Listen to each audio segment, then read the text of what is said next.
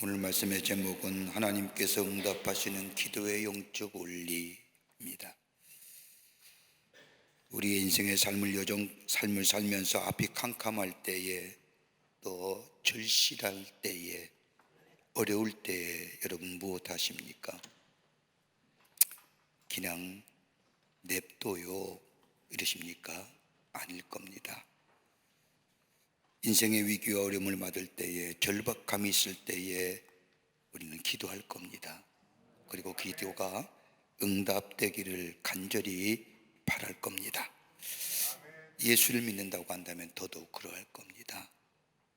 근데 성경 말씀을 보면 우리 하나님께서도 우리의 기도에 응답하신다고 약속하셨습니다. 무엇으로 내 이름을 구하는 것마다 내가 응답하겠다고 약속하셨습니다. 그런데 기도의 응답이나 응답의 방법의 모습들이 다양하기 때문에 우리는 기도의 응답에 대하여 혼란스러운 생각을 가질 때가 있습니다. 때로는 기도의 응답이 다르기 때문에 기도하다가 실망하기도 하고 낙심한 사람이 있을 뿐만 아니라 혹자는 기도가 응답되지 않았다고 생각한 사람도 있습니다. 이런 거겠지요. 기도의 응답은 꼭 예스만 있는 것이 아니라 노도 있지 않습니까? 기도의 응답에 노만 있는 게 아니라 wait, 기다리라고 하는 것도 있습니다. 또 기도의 응답에는 예스와 노와 wait뿐만 아니라 침묵할 때도 있습니다. 그러게 기도의 응답이 다 다르기 때문에 때로는 기도하다가 실망하기도 하고 낙심하기도 하고 때로는 기도가 응답되지 않았다고 생각하기 쉽습니다마는 하나님 우리에게 그럼에도 불구하고 낙심하지 말라고, 기도하기를 쉬지 말라고 우리에게 말씀하십니다. 우리가 잘 알고 있는 예수님의 비유 가운데 불의한 재판관의 비유를 보면 누가복음 18장에 나오는 그 비유의 말씀에 우리에게 해주시는 귀한 영적 교훈이 있다고 한다면 낙심하지 말고 끈질기게 기도하라는 겁니다. 누가복음 18장 7절과 8절의 말씀에 하물며 하나님께서 근 밤낮 부르짖는 택하신 자들의 원한을 풀어주지 아니하시겠느냐? 그들에게 오래 참으시겠느냐? 내가 너희에게 이르노니 속히 그 원한을 풀어주시리라. 그러나 인자가 올 때에 세상에서 믿음을 보겠느냐 하시니라고 하는 말씀처럼 끈질기게 하나님 앞에 주의 이름을 붙잡고 기도하는 자마다 하나님은 기도에 응답을 해 주신다고 우리에게 약속하고 계십니다. 그런데 오늘 본문의 말씀을 보면, 오늘 본문은 다윗이 하나님 앞에 기도드리는 내용의 시편입니다. 오늘 본문의 말씀을 읽어보면 하나님께서 다윗의 기도에 응답하지 않을 때에, 기도에 응답하지 아니하시고 잠잠하실 때에 다윗은 고백합니다. 내가 무덤에 내려가는 자와 같을까 하나이다. 아무런 기도에 응답이 없을 때에 내가 무덤에 내려가는 자와 같을까 하나이다. 절망이지요. 드리는 기도에 침묵하시는 하나님 앞에 당혹스러움, 절망스러움. 그렇다고 해서 다윗은 오늘 성경 말씀을 전체를 보면 기도를 멈춘 것이 아니라 더욱더 하나님 앞에 간절하게 기도함으로 인하여 기도의 응답을 받았다고 고백하고 있습니다. 기도하면 응답되기를 원하는 마음, 기도하는 사람이면 누구나 가지고 있는 마음일 겁니다. 근데 여러분, 기도의 응답엔 절대 주권은 하나님께만 있습니다. 하나님 앞에 기도할 때에 오늘 다윗의 기도에 잠잠해서 다윗은 당혹스럽고 절망스러웠지만 그럼에도 불구하고 끝까지 하나님 앞에 기도의 자리에 벗어나지 않았을 때에 하나님은 다윗의 기도를 들으시고 응답하셨던 그 영적 원리가 오늘 여기 본문에 나와 있습니다. 우리의 삶 가만히 보십시오. 우리가 기도할 때에 속히 응답되면 좋겠는데 그렇지 못할 때가 많이 있음을 봅니다. 그럴 때마다 우리 마음속에 의구심이 듭니다. 정말 하나님 내 기도를 들으실 걸까? 내 기도에 정말로 응답하시는 걸까? 그래서 때로는 실망하기도 하고 절망하기도 하고 속히 문제가 해결돼야 되는데 문제는 더 꼬여가기만 하며 그래서 쉬이 기도를 포기할 때 있습니다. 그럼에도 불구하고 주께서 우리에게 말씀하신 것처럼 우리가 기도의 자리를 벗어나지 아니하고 쉬지 않고 기도할 때에 다윗이 기도의 응답을 받은 것처럼 우리에게 기도의 응답의 역사가 있게 될 터인데, 응답받는 기도의 영적 원리가 무엇일까요? 오늘 본문의 말씀은 다윗의 귀한 기도의 응답의 교훈을 통하여 우리에게 귀한 말씀을 해주시고 계십니다. 우리 모두가 다 하나님 앞에 기도함으로 응답의 역사를 경험하는 다윗의 기도 응답의 영적 원리를 우리의 기도 속에 활용하시어 기도의 놀라운 역사를 경험하는 여러분과 저와 되시기를 먼저 주의 이름으로 축원합니다. 첫째는 다윗은 하나님께서 약속하신 것에 따라서 기도했다는 겁니다. 오늘 28편 2절 말씀을 보십시오. 내가 주의 지성소를 향하여 나의 손을 들고 주께 부르짖을 때에 나의 간구하는 소리를 들으소서라고 다윗은 기도합니다. 지성소를 향해서 기도했다는 겁니다. 여러분, 하나님을 향한 자신의 간절한 마음의 표현이기도 하지만 지성소란 것이 어느 곳일까요? 하나님의 약속의 궤가 있는 곳입니다. 하나님의 약속이 머물러 있는 곳, 다시 하나님의 언약이 머물러 있는 곳, 그것을 바라보며 주의 약속하심을 바라보며 기도했다는 겁니다.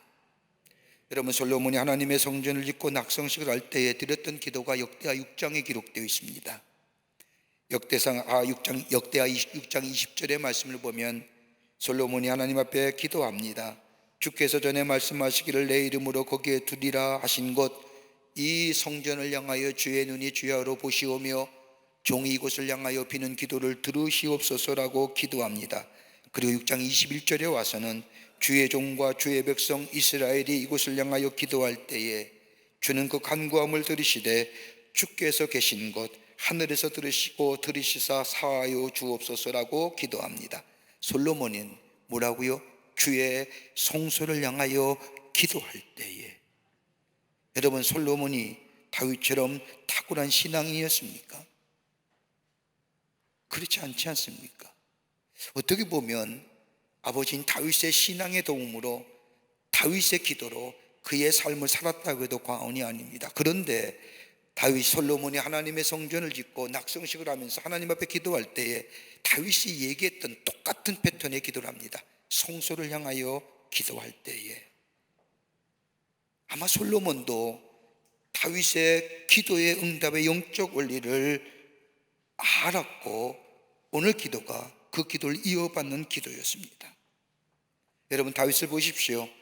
다윗은 하나님의 복께 모시기를 갈망했던 사람입니다.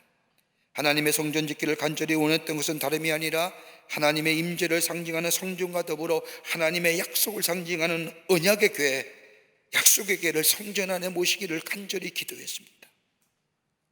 이런 다윗의 영적 원리가 솔로몬의 기도 속에 그대로 나타나 있습니다. 그럴 때에 하나님은 역대하 7장 15절부터 16절에 이 솔로몬의 기도에 이렇게 응답하시는 겁니다. 이제 이곳에 사는 기도에 내가 눈을 들고 귀를 기울이리니 이는 내가 이미 내 이 성전을 택하고 거룩하게 하여 내 이름을 여기에 영원히 있게 하였음이니라. 내 눈과 마음이 항상 여기에 있으리라. 하나님의 약속과 언약이 머무는 이곳 성전은 혹은 하나님의 약속이 있는 성전을 향하여 기도할 때에 하나님은 그 약속하신 것을 기억하사 그 기도에 응답하신다는 겁니다. 하나님의 약속에 근거한 겁니다. 여러분, 시편 91편 15절의 말씀을 보면 전능하며 은밀한 자 곳에 거주하며 전능자의 그늘 아래 서는 자는, 그러면서 그 뒤에 그 말씀이 이어지기를 그가 내게 간구하리니 내가 그에게 응답하리라. 그들이 환난 당할 때 내가 그와 함께하여 그를 건지고 용화롭게 하리라고 약속합니다. 요한서도는 이 하나님의 약속을 따라 기도하는 것을 뭐라고 얘기하느냐? 하나님의 뜻을 따라 기도한다고 얘기하는 겁니다. 요한일서 5장 14절의 말씀을 보면 그를 향하여 우리가 가진 바 담대한 것은 이것이니 그의 뜻대로 무엇을 구하면 들으심이니라. 하나님의 약속을 따라 기도한다는 것은 성소를 향해 부르짖는 기도라는 겁니다. 하나님의 약속에 따라서. 그러니까 기도한다는 것은 지극히 당연한 거예요. 그래서 기도하지 않는 것은 그리스도인이 아니라는 겁니다. 여러분, 다니엘을 보십시오. 다니엘은 비록 바벨론이라고 하는 이방 땅에 있었으나 그의 마음과 생각이 하나님의 성소에 머물러 있었음을 알 수 있습니다. 다니엘서 6장 10절의 말씀을 보면 다니엘이 조서의 왕의 도장이 찍힌 것을 알고도 자기 집에 돌아가서는 윗방에 올라가 예루살렘을 향한 창문을 열고 전에 하던 대로 하루 3번씩 무릎을 꿇고 기도하며 그의 하나님 앞에 감사하였더라. 하나님의 뜻, 하나님의 약속하심에 따라서 기도하는 것, 우리 하나님이 들어주신다는 겁니다. 장황하게 설명했지요. 한마디로 이렇게 얘기하는 겁니다. 기도하면 하나님이 응답해 주신다라는 것.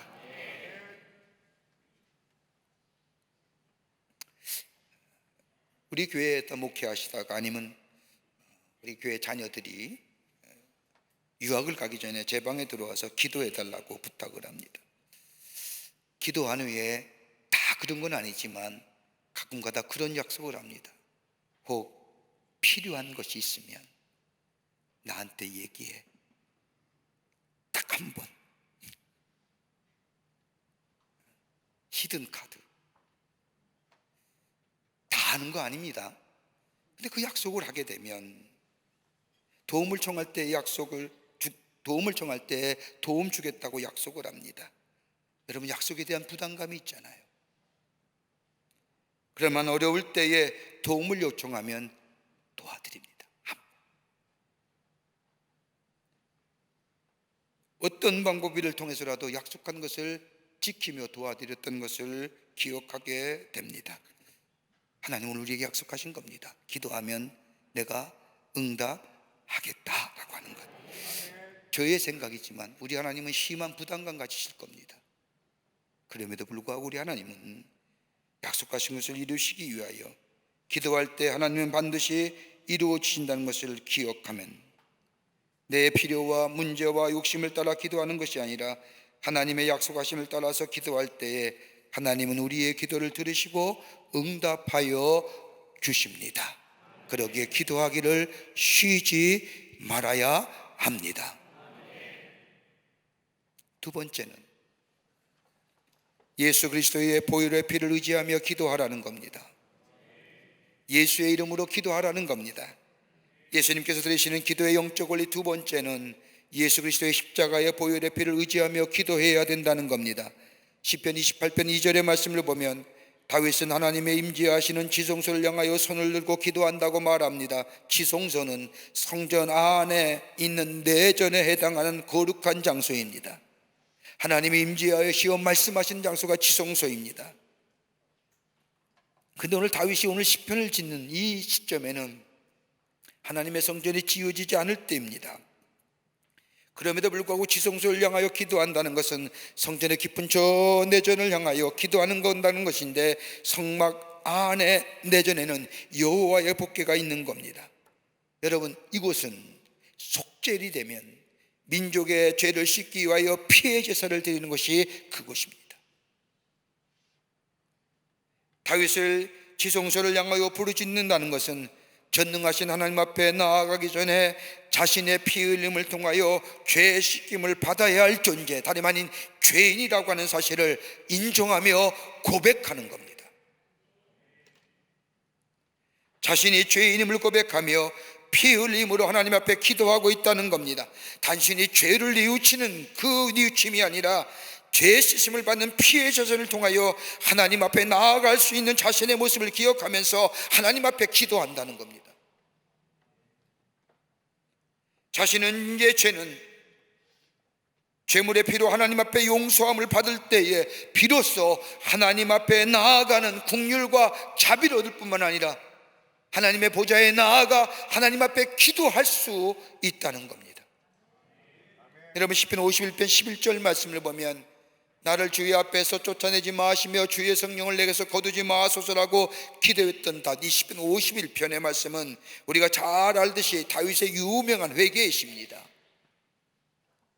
51편의 말씀을 읽을 때마다 죄와 죄 씻음에 대한 민감한 영감을 가지고 있는 다윗의 모습을 발견하게 됩니다. 우슬초로 닦으시고 맑게 하시고 주의 성신을 내게서 거두어 가지 마시고, 죄가 있을 때는 하나님 앞에 나아갈 수 없다는 겁니다.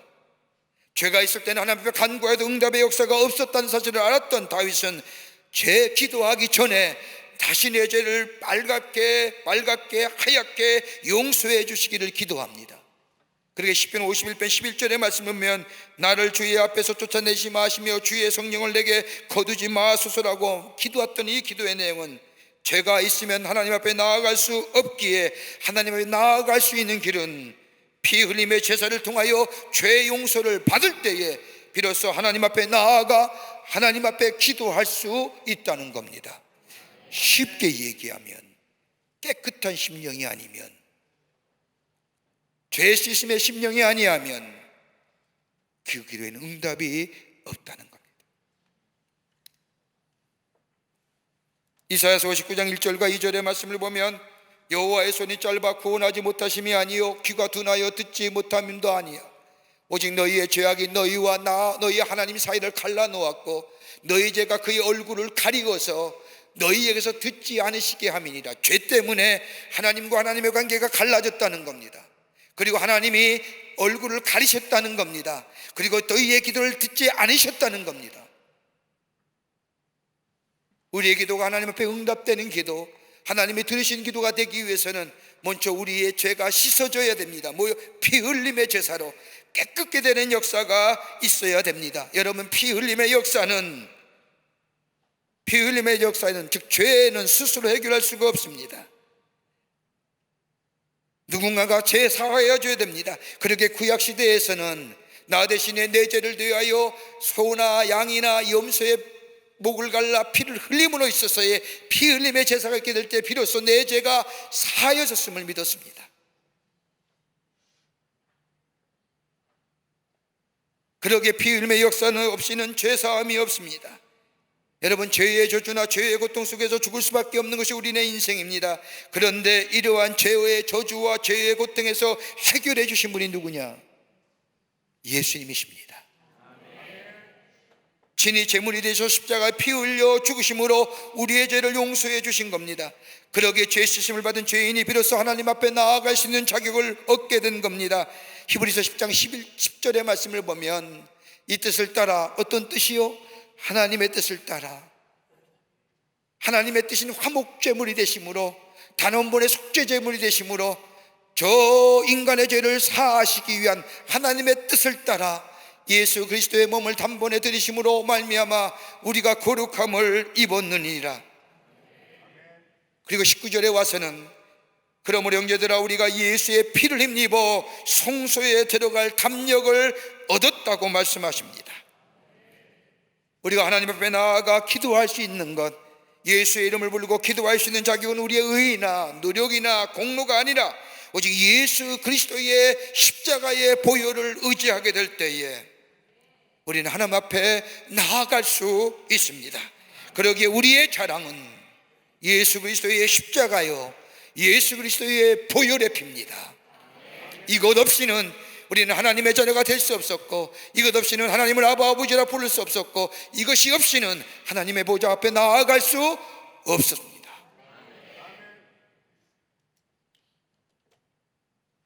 우리의 회개보다 더 크고 감사한 은혜는 우리가 우리의 죄를 회개하고 하나님께로 돌아갈 수 있는 길을 열어주셨다는 것이 더 큰 은혜요, 더 큰 감사입니다. 구약에는 소와 양과 염소의 비둘기를 잡아 우리의 죄값을 치르는 피 흘림의 제사가 있어야 가능했지만, 그러나 우리 예수님이 친히 제물이 되셔서 우리의 죄를 사하여 주시고 그의 피값으로 우리가 하나님의 보좌 앞에 나아가 하나님을 아버지라 부를 수 있는 기도의 길을 열어주시는 그 놀라운 은혜, 그러게 우리가 붙잡을 것이 있다고 한다면 다른 어떤 것이 아니라 예수 그리스도의 십자가의 보혈입니다. 예수의 십자가에서 흘리신 보혈이 피가 나를 살리셨습니다.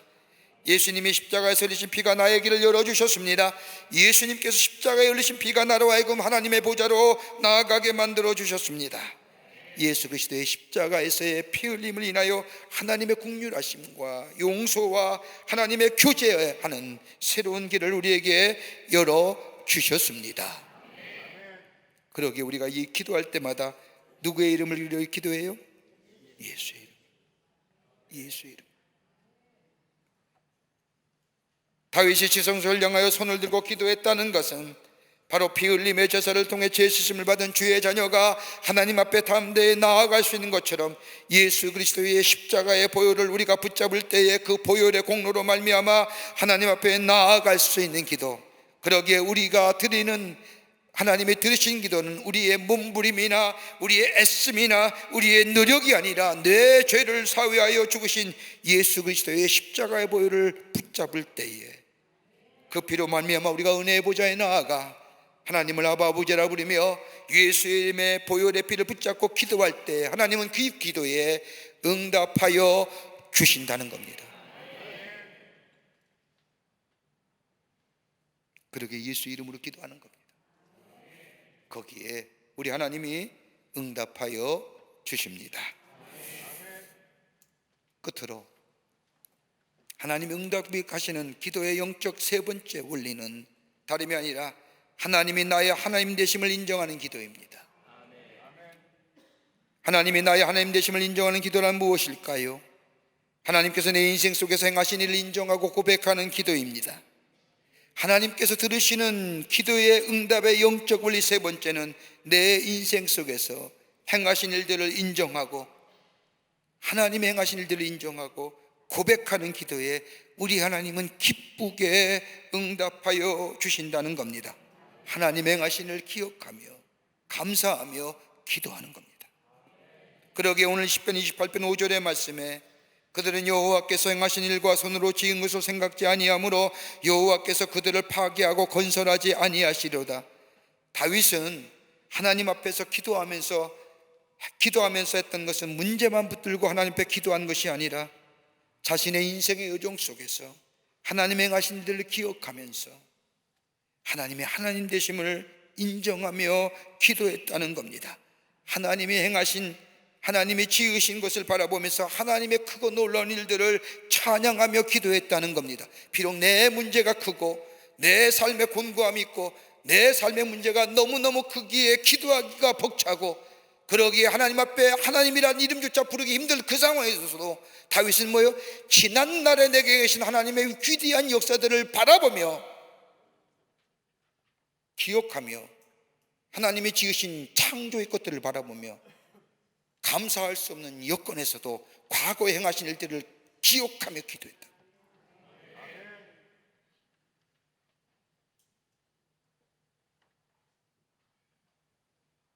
다윗의 찬양은 기도의 응답이 있은 후에 드려진 찬양과 감사가 아닙니다.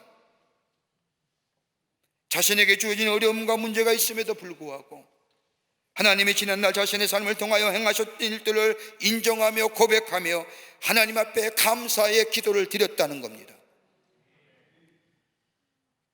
쉽지 않은 일이에요. 가만 보세요. 우리의 삶 속에 고난과 어려움이 다가올 때에 우리의 마음이 많이 경직되잖아요. 그 경직된 마음 속에 감사와 찬양이 있을 곳이 있을까요? 조급한 마음이 가득 차지 않습니까?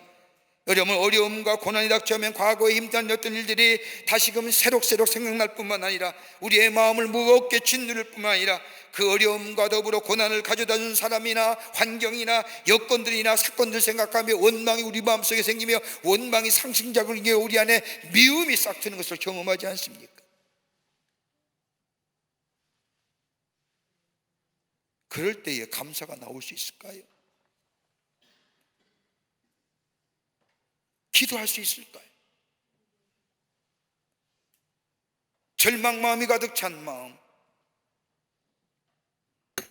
원망이 넘어서서 미움으로 바뀌어진 우리의 마음들, 분노에 가득 찬 마음 속에 감사라는 얘기가 나올 수 있을까요? 그럼에도 불구하고 다윗은 뭐예요?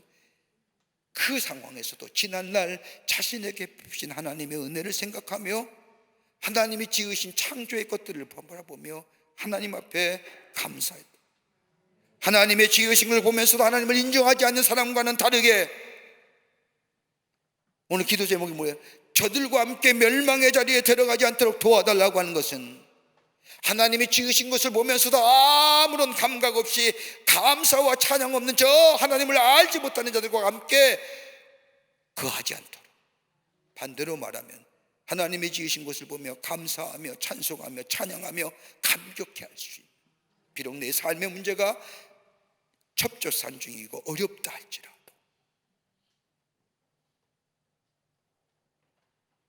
지난날 나를 향하여 나의 삶 속에 행하신 하나님의 놀라운 일들을 기억하며 하나님을 찬양하고 하나님 앞에 감사했음을 보게 됩니다. 여러분, 우리가 정말 어렵고 힘이 들 때에 우리가 기도해야 할 것이 있다고 한다면, 문제만 붙잡고 기도하는 것보다 더 중요한 것이 있다고 한다면 나의 삶 속에 하나님의 행하신 일들, 하나님이 크고 놀라운 일들 기억해 보세요. 생각해 보세요. 누구나 있을 겁니다. 그 일들을 기억하라는 겁니다. 생각하라는 겁니다. 그리고 고백하는 겁니다. 그리고 찬양하는 겁니다. 이게 하나님을 인정하는 길입니다. 그럴 때 하나님 우리의 간구에 귀를 기울이시며 응답해 주십니다. 다윗은 어려울 때면 과거에 도우셨던 하나님을 기억합니다. 그리고 하나님을 찬양합니다. 평안할 때에는 모든 영광을 하나님 앞에 돌리며 감사의 기도를 드립니다. 자기의 주신 영광을 자기의 것으로 취하지 아니하고 하나님 앞에 올려드렸습니다. 이것이 기도에 응답받는 영적 원리의 세 번째입니다.